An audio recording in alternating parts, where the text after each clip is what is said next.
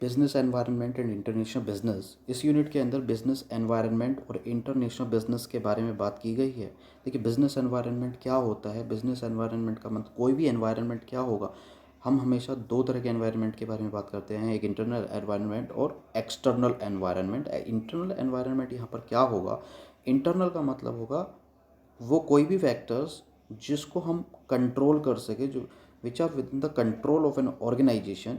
और एक्सटर्नल वो होंगे which are out of the reach of an organisation. अब यहाँ पर मेनली फोकस किया गया है बिजनेस एनवायरनमेंट के ऊपर। देखिए, बिजनेस एनवायरनमेंट का मतलब होगा these are the factors which affect the business working, जो बिजनेस की वर्किंग को अफेक्ट करते हैं। अब इसके अंदर कौन कौन से फैक्टर्स आएंगे, इसके अंदर हमने बात की है economic factors, social, political, technological, demographic and international factors. ये सभी फैक्टर्स की बात की गई है। इन सभी में सबसे इम्पोर्टेंट है इकोनॉमिक फैक्टर्स। देखिए, इकोनॉमिक फैक्टर्स क्या होंगे उन सब के बारे में हम डिटेल में बात करेंगे और इस पूरी यूनिट को कवर करेंगे। क्या क्या वो बिजनेस एनवायरनमेंटल फैक्टर्स होंगे और क्या इंटरनेशनल बिजनेस किस तरीके से वर्क करता है, वो सारी चीज़ें हम इस यूनिट के अंदर पूरा कवर करेंगे। और ये सारे टॉपिक्स के अंदर हम एग्ज़ाम रेलिवेंट टॉपिक पॉइंट्स करेंगे। डिटेल्ड में करने का कोई यूज़ है नहीं, जो एग्ज़ाम पॉइंट ऑफ व्यू से रेलिवेंट है और सारा का सारा टॉपिक उसमें कवर होता है। हम जल्दी फटाफट उसको कवर करते हैं। यहाँ पर हम बात कर लेते हैं एनवायरनमेंट की, कि एनवायरनमेंट है क्या। देखिए, एनवायरनमेंट का मतलब होगा वो फैक्टर्स विच अफेक्ट, जो अफेक्ट करेंगे बिजनेस की वर्किंग्स को।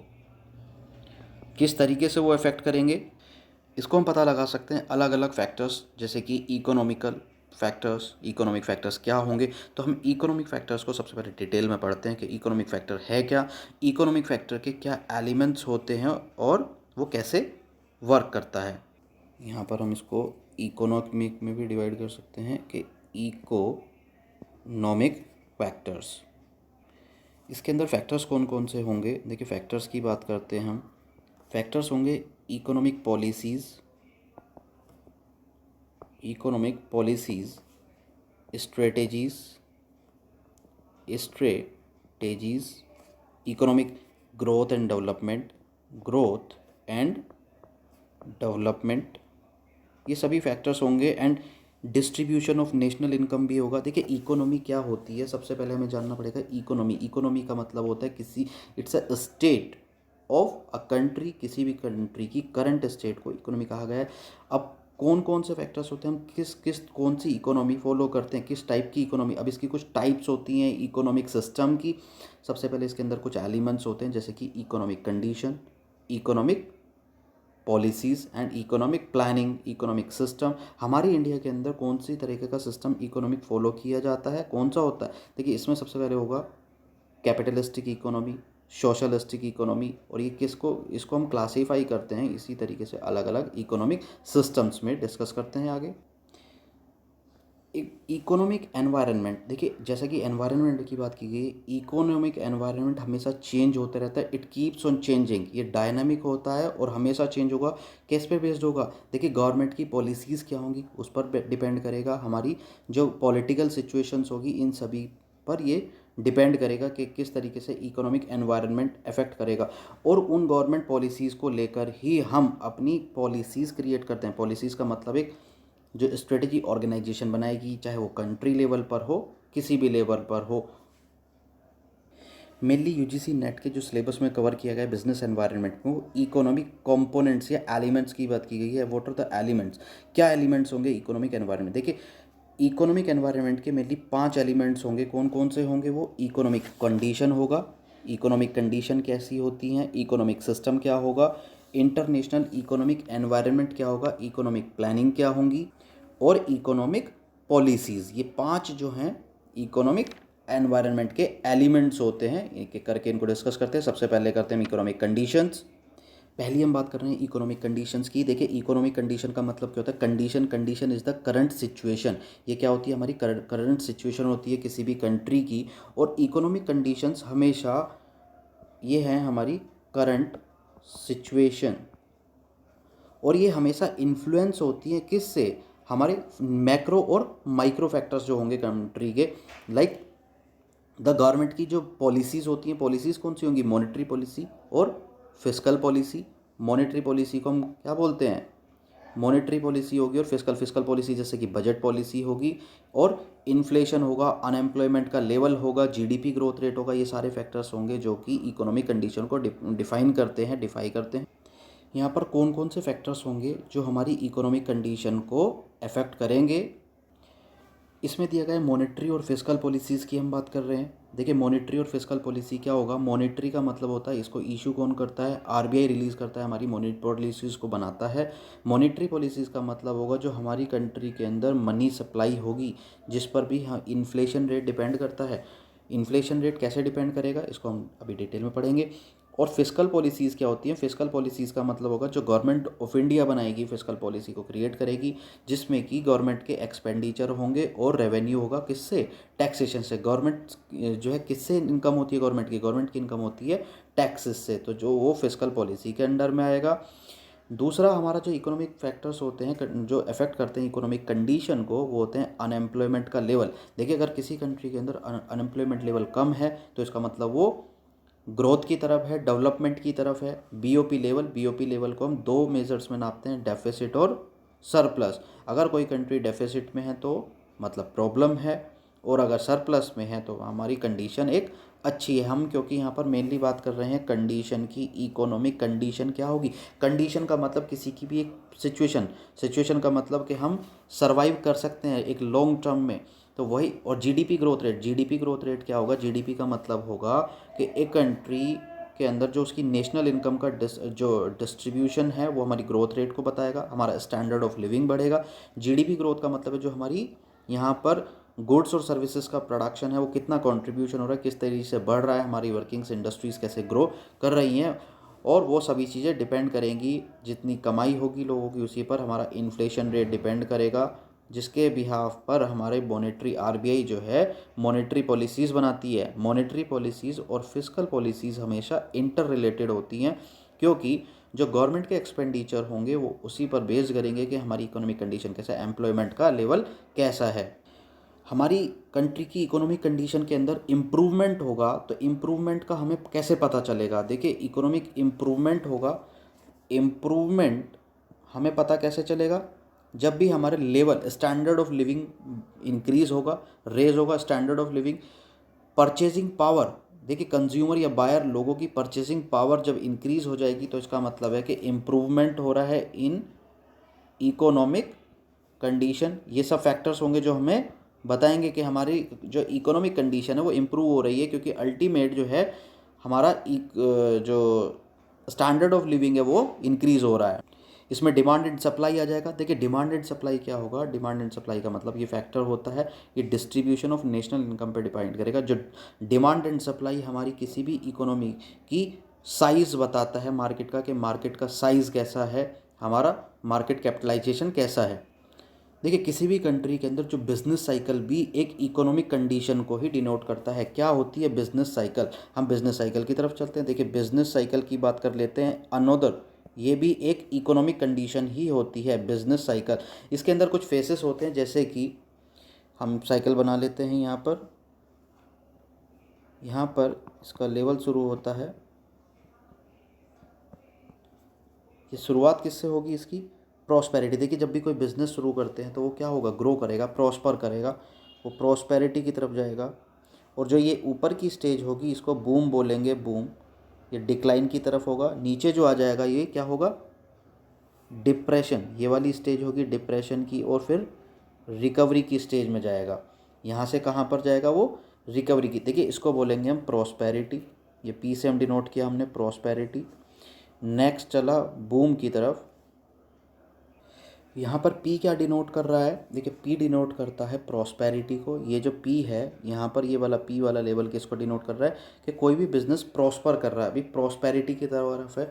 जब ऊपर वाला लेवल जाएगा, ये सबसे ऊपर वाला लेवल क्या होगा, ये होगा बूम, कि हमारा बिजनेस अभी हाईएस्ट लेवल है। और जो मिड लाइन शो कर रही है आपको, ये मिड लाइन एक नॉर्मल लेवल है। हम इसको जो वर्टिकल लेवल पे ये शो किया हुआ है, वर्टिकल लेवल पे इस एक्सेस पे ये है लेवल ऑफ आउटपुट, कितना आउटपुट होगा। और यह है टाइम कंपैरिजन, टाइम दिखाया है यहाँ पर नीचे जो हॉरिजॉन्टल में है, ये टाइम है यहाँ पर, ये आपको टाइम शो करेगा कि कितना टाइम लगेगा, टाइम के कंपैरिजन में कितना लेवल ऑफ आउटपुट रहेगा। इसको बिजनेस साइकिल का बताया गया था कि ये बिजनेस साइकिल भी हमारी इकोनॉमिक सिस्टम का एक पार्ट है। ये जो बिज़नेस साइकिल है पूरी की पूरी डिमांड सप्लाई पर भी डिपेंड करती है कि कितनी हमारी मार्केट के अंदर डिमांड होगी और उस डिमांड को पूरा करने के लिए हम कितना एबल हैं। रेट भी उसमें डिपेंड करेगा कि किस रेट के ऊपर हम उस प्रोडक्ट को बनाने के अंदर सक्सेसफुल हैं। तो कहीं ना कहीं देखिए ये हमारी ये इकोनॉमी को सिग्निफाई करता है क्या, बिजनेस साइकिल, जिसके अंदर 5 स्टेजेस होंगी। सबसे पहली प्रॉस्पेरिटी, बूम, डिक्लाइन, सबसे नीचे वाली स्टेज होगी डिप्रेशन की स्टेज होगी जहाँ पर बिजनेस सर्वाइव करना पॉसिबल नहीं होता। देन एक स्टेज आएगी रिकवरी की, ये बीच वाला लेवल डिनोट करेगा नॉर्मल लेवल को। दूसरा इंपॉर्टेंट एलिमेंट जो है इकोनॉमिक एनवायरनमेंट का वो है इकोनॉमिक सिस्टम। देखिए इकोनॉमिक सिस्टम क्या होगा, इकोनॉमिक सिस्टम देखिए ईच कंट्री, हर कंट्री एक इकोनॉमिक सिस्टम के अंदर काम करती है। जैसे कि कैपिटलिस्टिक इकोनॉमिक सिस्टम, कैपिटलिस्टिक को हम कैपिटलिज्म जिसको मार्केट इकोनॉमी सिस्टम भी बोलते हैं। कैपिटलिज्म का मतलब क्या होता है, कैपिटलिज्म का मतलब होगा जहाँ पर कि गवर्नमेंट का रोल, गवर्नमेंट का इंटरवेंशन नॉमिनल नील। यहाँ पर इकोनॉमिक सिस्टम के अंदर देखिए किसी भी कंट्री के इकोनॉमिक सिस्टम के अंदर सबसे बड़ी प्रॉब्लम क्या होती है, सेंट्रल प्रॉब्लम जो होगी वो होगी, सेंट्रल प्रॉब्लम क्या होगी, allocation of resources, allocation of resources. अभी हम इकोनॉमिक सिस्टम्स को भी डिफाइन करेंगे पूरा डिटेल में क्या क्या होगा। सबसे पहले हम इकोनॉमिक सिस्टम के बारे में जान लेते हैं। ये जो एलिमेंट है इकोनॉमिक एनवायरनमेंट का, देखिए to a certain extent economic system जो होता है वो इकोनॉमिक एनवायरनमेंट को ही डिफाइन करता है। इकोनॉमिक एनवायरनमेंट को कैसे करेगा, देखिए इकोनॉमिक एनवायरनमेंट का मतलब होता है जहाँ पर किसी भी ऑर्गेनाइजेशन, किसी भी फर्म को सर्वाइव करना होता है। तो इकोनॉमिक इंस्टीट्यूशंस क्या होंगे, इकोनॉमिक सिस्टम किस तरीके से डिफाइन करेगा इकोनॉमिक एनवायरनमेंट को, क्योंकि इकोनॉमिक सिस्टम के अंदर ही सारे के सारे इकोनॉमिक इंस्टीट्यूशंस आते हैं, फाइनेंशियल इंस्टीट्यूशंस वगैरह सब इसी के अंदर आएंगे, जिसके अंदर किसी भी ऑर्गेनाइजेशन को सर्वाइव करना है। तो यही इकोनॉमिक सिस्टम ही किसी भी कंट्री के इकोनॉमिक एनवायरनमेंट को डिफाइन करता है। नेक्स्ट चलते हैं हम टाइप्स पर, क्या टाइप्स होंगी किसी भी इकोनॉमिक सिस्टम की। देखिए इकोनॉमिक सिस्टम की टाइप के अंदर हम सबसे पहले बात करेंगे कैपिटलिज्म की। First, types of economic system, क्या क्या टाइप्स होंगी। पहली टाइप्स होगी मार्केट इकोनॉमी। देखिए मार्केट इकोनॉमी का मतलब क्या होता है, मार्केट इकोनॉमी को हम कैपिटलिज्म भी कहते हैं। ये बहुत इंपॉर्टेंट टॉपिक है। कैपिटलिज्म का मतलब होता है जिसके अंदर गवर्नमेंट का इंटरवेंशन कैसा होगा, निल होगा, गवर्नमेंट इंटरवेंशन। दूसरा इसका फीचर होगा प्राइवेट ओनरशिप होगी। प्राइवेट ओनरशिप का मतलब है कि यहाँ पर जितने भी रिसोर्सेस होंगे मटेरियल को खरीदने के लिए, लैंड, लेबर और कैपिटल की जो ओनरशिप होगी वो मेजर किसकी होगी, प्राइवेट की होगी। गवर्नमेंट का इंटरवेंशन, वहाँ पर चॉइस होती है किसके पास, प्राइवेट फर्म्स के पास चॉइस होती है कि वो कौन सा बिजनेस ऑप्ट करें। गवर्नमेंट का रोल यहाँ पर नील रहता है। इसकी कुछ कंट्रीज़ के एग्जांपल हैं जैसे कि यूएस, चाइना, सॉरी चाइना तो नहीं, यहाँ पर यूएस, जापान और कनाडा। यूएस, कनाडा, जापान, ये कौन सी इकोनॉमी के हैं, कैपिटलिस्टिक इकोनॉमी। इसी का एक फीचर होता है इनहेरिटेंस। देखिए इसका जो इकोनॉमिक सिस्टम, जो मार्केट इकोनॉमी और कैपिटलिस्टिक इकोनॉमी के अंदर जो दूसरा फीचर होता है वो है इनहेरिटेंस। इनहेरिटेंस का मतलब एक जनरेशन किसी प्रॉपर्टी को दूसरी जनरेशन को ट्रांसफ़र कर सकती है, वो इनहेरिटेंस का राइट है। फ्री एंटरप्राइज, फ्री एंटरप्राइज का मतलब होगा कि हमारे पास चॉइस है कौन सा बिजनेस हम करें, उसको कंजम्पशन की चॉइस होती है और बिजनेस की यहाँ पर चॉइस होती है। कंज्यूमर सोवरेनिटी होती है। कंज्यूमर सोवरेनिटी का मतलब है कि कंज्यूमर के पास कंप्लीट फ्रीडम होती है उसके कंजम्पशन की। मार्केट इकोनॉमी डिपेंड होती है कंज्यूमर की डिज़ायर पे, कंज्यूमर के टेस्ट पर। तो यहाँ पर जो तुम्हारी कैपिटलिस्टिक है इकोनॉमी, उसके अंदर कंज्यूमर के पास सोवरेनिटी होती है, प्राइवेट ओनरशिप होगा, इनहेरिटेंस होगा।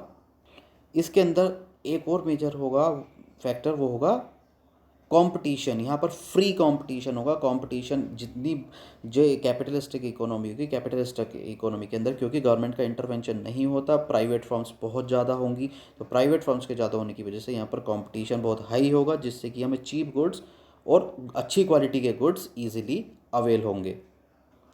नेक्स्ट इकोनॉमिक सिस्टम के टाइप पे हम चलते हैं जो कि है आपका सोशल सोशलिज्म, सोशलिज्म, सोशलिज्म क्या है आपका? Command economy, command economy. देखिए इसके अंदर गवर्नमेंट का इंटरवेंशन बहुत ज़्यादा होता है। सोशलिज्म का मतलब जहाँ पर कि गवर्नमेंट कंट्रोल करती है, गवर्नमेंट के पास पूरी की पूरी चॉइस होती है। इसमें सारी की सारी इकोनॉमिक एक्टिविटीज़ जो हैं कौन कंट्रोल्ड और गवर्न करेगा? Government. All economic activities, economic activities are controlled and regulated, are controlled and regulated by the government, regulated by the government। यहाँ पर गवर्नमेंट का इंटरवेंशन बहुत ज़्यादा होगा। और आप हमेशा याद रखिए कि दो तरह की सोशलिज्म होगा जिसको हम अभी डिस्कस करते हैं। चलते हैं इसकी टाइप्स पर, कौन कौन सा सोशलिज्म या कंट्रोल इकोनॉमी दो तरह की होगी। पहली होगी democratic socialism. First democratic socialism होगा। डेमोक्रेटिक सोशलिज्म के अंदर क्या होगा? देखिए डेमोक्रेटिक के अंदर सारा का सारा कंट्रोल गवर्नमेंट का रहता है, लेकिन लोगों के पास चॉइस होती है ऑक्यूपेशन की एंड कंजम्पशन की। जितनी भी इकोनॉमिक एक्टिविटीज़ होती हैं, ऑल द इकोनॉमिक एक्टिविटीज़, इसमें सारी की सारी इकोनॉमिक एक्टिविटीज़ कौन कंट्रोल रेगुलेट करेगा? गवर्नमेंट। और दूसरा तरह का जो सोशलिज्म है, सेकंड टाइप है टोटलिटेरियन सोशलिज्म। इस वाले सोशलिज्म में क्या होता है? People have to work under the guidance of government. देखिए पीपल जो है इसमें सारा का सारा गवर्नमेंट की डायरेक्शंस के अंदर काम करेंगे। People have to work under the directions of the government. तो जो टोटलिटेरियन सोशलिज्म है इसमें लोगों को गवर्नमेंट की डायरेक्शन के अंदर काम करना होगा। ये एक दूसरा तरह का मार्केट सिस्टम था। जो हम तीसरी तरफ चलेंगे वो है मिक्स्ड इकोनॉमी। देखिए इसका सबसे पहले हम एक सोशलिज्म का भी कुछ कैरेक्टरिस्टिक्स पढ़ लेते हैं। देखिए सोशलिज्म की कैरेक्टरिस्टिक्स क्या होती हैं? ये सोशल वेलफेयर की तरफ काम करता है। इसका मेन मोटिव क्या होगा? प्रॉफिट इसका मेन मोटिव नहीं होगा, इसका मेन मोटिव होगा सोशल वेलफेयर। इसके अंदर जो इक्वालिटी की तरफ काम किया जाता है, पीपल इक्वालिटी, लेबर इक्वालिटी को होगा। इसमें इक्वल अपॉर्चुनिटी दी जाएंगी। जो लेबर का एक्सप्लॉयटेशन था उसको भी एबोलिश किया जाएगा। तो ये किसकी फीचर्स हैं? ये है सोशलिस्टिक इकोनॉमी की। देखिए सोशलिस्टिक इकोनॉमी के एग्जांपल्स हैं जैसे कि आपका चाइना, क्यूबा, मेक्सिको, ये सब किसके एग्जांपल है? सोशलिस्टिक के। सोशलिस्टिक के अंदर गवर्नमेंट का इंटरवेंशन बहुत ज़्यादा होता है। इसके बाद चलते हैं मिक्स्ड इकोनॉमी की तरफ। Mixed economy, mixed economy.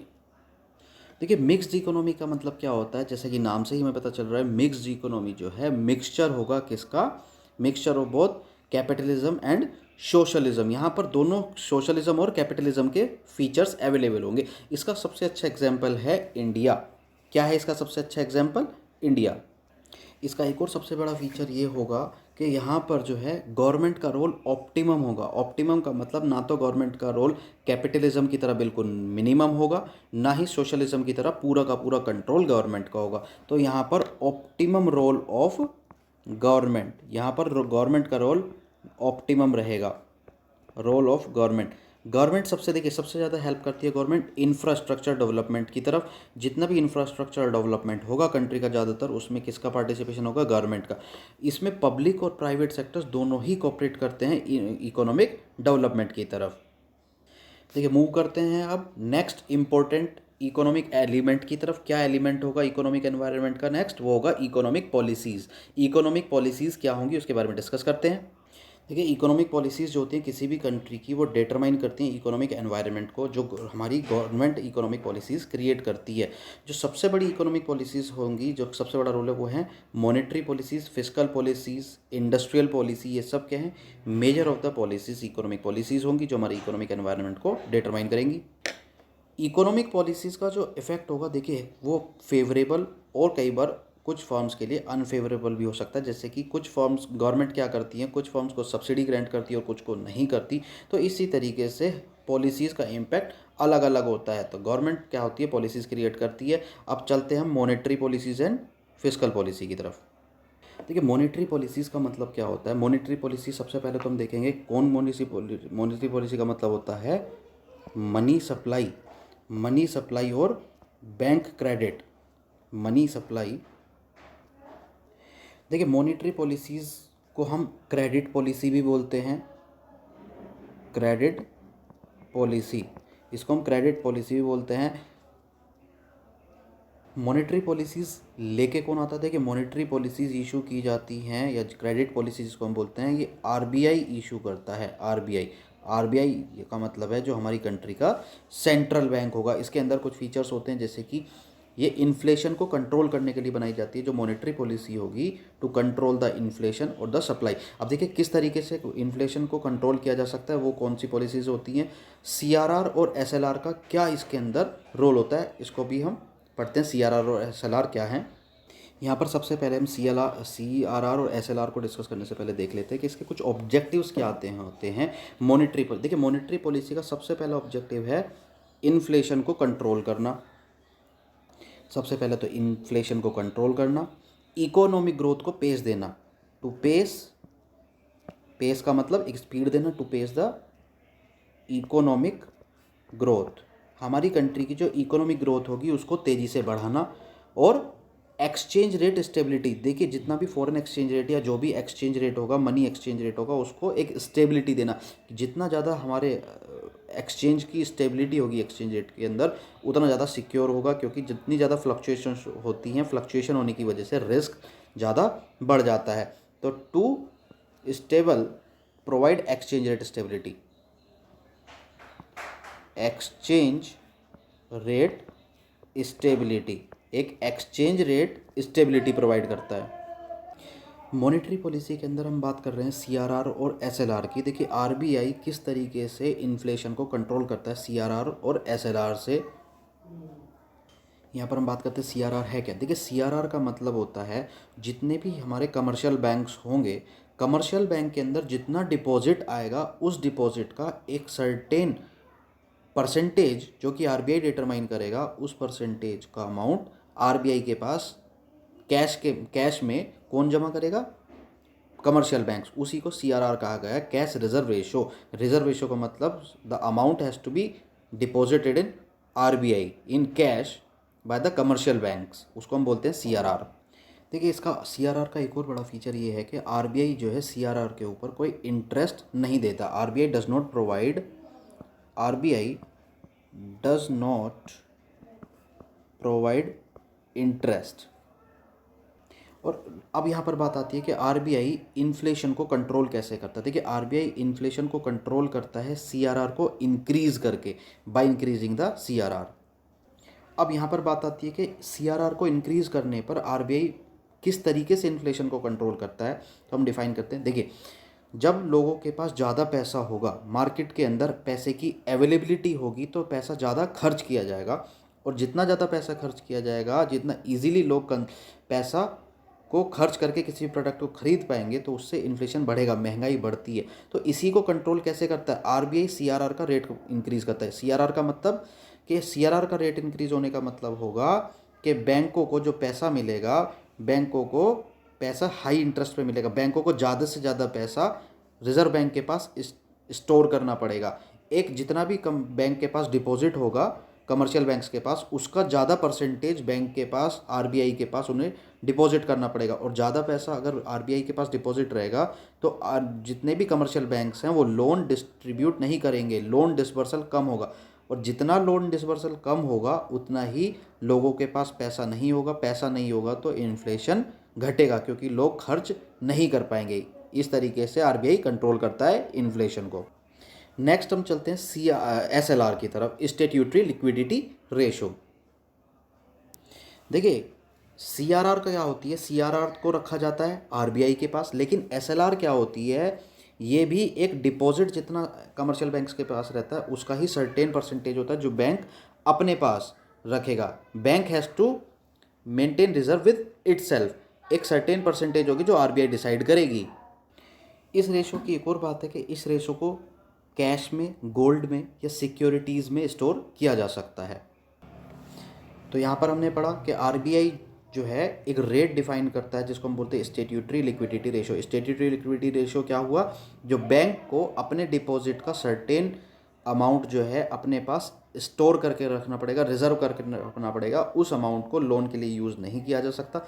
Same CRR की तरह एसएलआर को इंक्रीज करके भी इन्फ्लेशन को कंट्रोल किया जा सकता है। By increasing SLR inflation can be controlled. देखिए, जब ज़्यादा अमाउंट हमारा बैंक लोन डिस्पर्स नहीं कर पाएगा तो लोग, जो पब्लिक है, वो खर्च नहीं कर सकती, तो उसी हिसाब से इन्फ्लेशन को कंट्रोल किया जा सकता है, क्योंकि महंगाई नहीं बढ़ेगी। क्यों? क्योंकि आरबीआई ने already SLR statutory liquidity ratio को इंक्रीज़ किया है, सेम एज सीआरआर। तो ये कुछ सोर्सेस होते हैं कुछ जिससे कि आरबीआई कंट्रोल करता है, और ये सब किसके अंदर बनाए जाते हैं? Monetary policies. मॉनेटरी पॉलिसी कौन बनाएगा? आरबीआई। तो ये कुछ फैक्टर्स थे जो मॉनेटरी पॉलिसीज़ के कुछ फीचर्स हमने डिस्कस किए। नेक्स्ट हम डिस्कस करते हैं फिस्कल पॉलिसी को। फिस्कल पॉलिसी को बजटरी पॉलिसीज़ भी कहा जाता है। हमने लास्ट पढ़ा कि मॉनेटरी पॉलिसी कौन लाता है? आरबीआई। ऐसे ही फिस्कल पॉलिसी कौन बनाता है? By government of India. By the government of India fiscal policies या बजटरी पॉलिसी। देखिए, ये एग्रीगेट होता है जो एक्सपेंडिचर और इनकम्स होंगी। ये किससे रिलेट करती है? Income and expenditure of a country. It relates with the income and expenditure of a country. इसमें होता क्या है कि गवर्नमेंट अपने एक्सपेंडिचर्स को, अपनी जो फिस्कल पॉलिसी को उसी बेसिस पर क्रिएट करती है जिस जिस हिसाब से अपने एक्सपेंडिचर को रोका जाएगा। हमारी जितनी भी टैक्सेशन, जो टैक्स कलेक्शन होगा, जो एक्सपेंडिचर्स होंगे, इंफ्रास्ट्रक्चर किस तरीके से हमें खर्चा करना है, उन सब चीज़ों को कंसर्न होके फिस्कल पॉलिसी क्रिएट की जाती है। इसके कुछ बेसिक ऑब्जेक्टिव होते हैं। यहाँ पर इसके मेजर ऑब्जेक्टिव्स क्या होंगे? देखिए, यहाँ पर सबसे पहला ऑब्जेक्टिव होगा कि जो भी हमारा जीडीपी से जो नेशनल इनकम का डिस्ट्रीब्यूशन होगा वो इक्विटेबल होना चाहिए। There must be an equitable distribution होना चाहिए इनकम एंड वेल्थ का। हमारे यहाँ पर जितनी भी इनकम एंड वेल्थ है उसका इक्विटेबल डिस्ट्रीब्यूशन होना चाहिए। जनरेट करना एम्प्लॉयमेंट, ज़्यादा से ज़्यादा एम्प्लॉयमेंट जनरेट करना, अनएम्प्लॉयमेंट को रिड्यूस करने के लिए, पॉवर्टी को रिड्यूस करने के लिए, to eradicate the poverty there must be a generation of employment. ये किसका ऑब्जेक्टिव है? फिस्कल पॉलिसी का या फिर बजटरी पॉलिसीज़ का। बजटरी का मतलब कि गवर्नमेंट एक डेवलपमेंट के लिए कितना पोर्शन खर्च करती है अपनी कंट्री के ऊपर। To increase national income, national income को इंक्रीज करना, कैसे हो, क्या क्या वो सोर्सेस होंगे, क्या फैसिलिटीज़ प्रोवाइड करके हम नेशनल इनकम को इंक्रीज करते हैं। To enhance foreign exchange earnings, foreign exchange earning, foreign exchange को हम फॉरेक्स को भी बोलते हैं। To enhance foreign exchange earnings. To control inflation, to control inflation के साथ साथ हम कह सकते हैं प्राइस स्टेबिलिटी भी लाई जा सकती है। यहाँ पर एक प्राइस स्टेबिलिटी भी बोली जा सकती है। तो ये सब क्या थे? ऑब्जेक्टिव थे फिस्कल पॉलिसी के। नेक्स्ट हम चलते हैं पॉलिटिकल एनवायरनमेंट की तरफ कि क्या होगा पॉलिटिकल एनवायरनमेंट। यहाँ पर पॉलिटिकल एनवायरनमेंट का मतलब होगा गवर्नमेंट का रोल। पॉलिटिक्स का मतलब गवर्नमेंट, गवर्नमेंट का रोल भी क्या होगा? देखिए, पॉलिटिक्स जो है एक पॉलिटिकल रोल, एक क्रूशियल रोल प्ले करता है एक बिजनेस वर्किंग के अंदर। क्यों? क्योंकि बहुत सबसे बड़ा इसके अंदर फैक्टर होता है टैक्स रिजाइम, जो टैक्स रिजाइम के अंदर एक ऑर्गेनाइजेशन को वर्क करना होगा। मेन काम क्या होता है पॉलिटिकल या गवर्नमेंट का? Regulation of business. वो पॉलिसीज़ इम्पोज करते हैं, रूल्स इम्पोज करते हैं, रेगुलेशंस बनाते हैं किसी भी ऑर्गेनाइजेशन को काम करने के लिए। इसमें क्या एक क्रूशियल रोल प्ले करता है एक रेगुलेशन का मतलब जिसमें कि बिजनेस ऑपरेट करेगा। अब हम यहाँ पे बात करते हैं वो कौन से फैक्टर्स होंगे जो अफेक्ट करेंगे एक बिजनेस एनवायरनमेंट को। अल्टीमेटली हमने यहाँ पर क्या देखना है? बिजनेस एनवायरनमेंट, क्या क्या एनवायरमेंटल फैक्टर्स होते हैं जिससे कि बिजनेस अफेक्ट होता है। तो यहाँ पर एक इंपॉर्टेंट फैक्टर है पॉलिटिकल एनवायरनमेंट। अब पॉलिटिकल एनवायरनमेंट के वो कौन से फैक्टर्स होंगे जो अफेक्ट करेंगे बिजनेस को? देखिए, इसके कुछ मेजर फैक्टर्स होते हैं। सबसे पहला हम फैक्टर पढ़ेंगे पॉलिटिकल स्टेबिलिटी। किसी भी बिजनेस को सर्वाइव करने के लिए, बिजनेस को रन करने के लिए सबसे ज़्यादा ज़रूरी है पॉलिटिकल स्टेबिलिटी। पर अगर जब तक पॉलिटिकल स्टेबिलिटी नहीं रहेगी तब तक अनइवन डिस्ट्रप्शंस रहेंगे, बिजनेस को अच्छे से रन नहीं किया जा सकता। सो एक स्टेबल गवर्नमेंट का होना बहुत ज़रूरी है, पॉलिटिकल स्टेबिलिटी। अदरवाइज़ वो अपने ही रूल्स, हर गवर्नमेंट अपने अपने रूल्स इम्पोज करेगी जिसकी वजह से किसी भी बिज़नेस को रन करने में प्रॉब्लम आएगी। तो किसी भी बिजनेस एनवायरनमेंट के अंदर पॉलिटिकल स्टेबिलिटी का होना बहुत ज़रूरी है। नेक्स्ट हम बात करेंगे economic and taxation policies. Economic policies की हम बात कर चुके हैं। इकोनॉमिक का मतलब जो फिस्कल पॉलिसीज़ और या बजटरी पॉलिसी जो गवर्नमेंट बनाएगी वो सब इकोनॉमिक पॉलिसीज़ के अंदर आएगा। टैक्सेशन पॉलिसी, देखिए टैक्स पॉलिसीज़ यहाँ पर बहुत इंपॉर्टेंट रोल प्ले करती है, क्योंकि टैक्सेशन पॉलिसीज़ क्या होंगी, टैक्स पॉलिसी का मतलब जो टैक्स रिजाइम होगा, किस कौन सी गुड्स के ऊपर कितना टैक्स होगा, कौन सी फर्म्स कितने टैक्स रिजाइम के अंदर आएंगी, क्या रेट होगा, वो सब हमारा वर्किंग्स को इफ़ेक्ट करता है। कुछ गुड्स के ऊपर छूट दी जाती है, सब्सिडीज़ दी जाती हैं, कुछ चीज़ें टैक्स रिजाइम से बाहर चली जाती हैं, अलग अलग टैक्स का इम्पोज होना, वो सारी चीज़ें फैक्टर किसी भी बिजनेस एनवायरनमेंट के लिए बहुत इंपॉर्टेंट है। तो टैक्स पॉलिसीज़ बहुत उसको इफेक्ट करेगी। नेक्स्ट होता है फॉरेन ट्रेड रेगुलेशंस। यहाँ पर बात कर रहे हैं हम फॉरेन ट्रेड रेगुलेशन। देखिए फॉरेन ट्रेड रेगुलेशन का मतलब होता है फॉरेन ट्रेड जो करते हैं हम, फॉरेन ट्रेड किस किस तरीके से होगा, एक्सपोर्ट और इंपोर्ट करके, जिसको हम एग्जिम बोलते हैं या एग्जिम पॉलिसीज़। तो एग्जिम एक्सपोर्ट इंपोर्ट के लिए कुछ पॉलिसीज़ बनाई जाती हैं जिसको हम एग्जिम पॉलिसीज़ बताते हैं। और दूसरा होता है फॉरेन एक्सचेंज, उस ट्रेड को करने के लिए कुछ हमें एक्सचेंज करना होगा, मनी को एक्सचेंज करना होगा, वो किस में आएगा, फॉरेक्स के अंदर, फॉरेन एक्सचेंज। तो उसको फॉरेन एक्सचेंज पॉलिसीज़, तो गवर्नमेंट उन सब को लेके कुछ ना कुछ पॉलिसीज़ क्रिएट करती है। जैसे कि कुछ टैक्स हेवन कंट्रीज़ बना दी जाती हैं। टैक्स हेवन कंट्रीज़ का मतलब होगा जो बहुत ज़्यादा एक्स्ट्रा बेनिफिट ले सकती हैं, कंट्रीज़ जिसको टैक्स के अंदर बहुत ज़्यादा बेनिफिट मिलता है। तो इस तरीके से टैक्स पॉलिसीज़ गवर्नमेंट की बहुत हेल्प करती हैं। ये सब क्या होगा, ये पॉलिटिकल एनवायरनमेंट की बात इसलिए की गई क्योंकि ये सारी की सारी चीज़ें पॉलिटिकल या गवर्नमेंट के कंट्रोल में होती है, जिसको कि गवर्नमेंट या पॉलिटिकल पावर्स कंट्रोल कर सकती हैं। और जिन चीज़ों को पॉलिटिकल पावर कंट्रोल कर सकती है, का मतलब है कि ये एक बिजनेस ऑर्गेनाइजेशन के कंट्रोल से या रीत से बाहर होती हैं।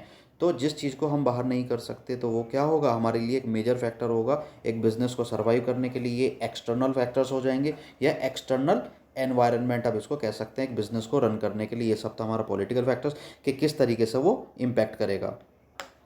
इसके अंदर कुछ गवर्नमेंट के रूल्स आते हैं। हम सीधा सीधा बात करेंगे पॉलिटिकल एनवायरनमेंट के अंदर पॉलिटिक्स कैसे कंट्रोल करती है, रूल्स और रेगुलेशंस को इम्पोज करके।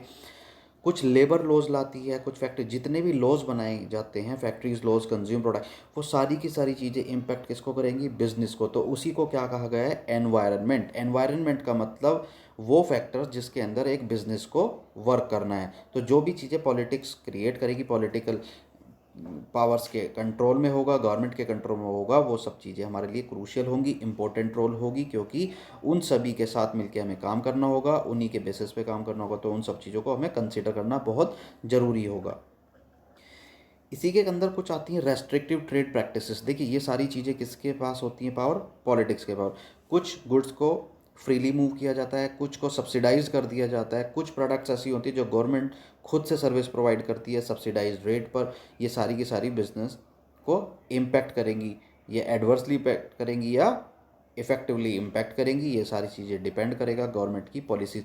देखिए हर पॉलिसीज़ के दो फैक्टर होंगे, वो किसी फर्म को बेनिफिट भी कर सकते हैं और किसी फर्म को उसी वे में नुकसान भी पहुंचा सकती हैं।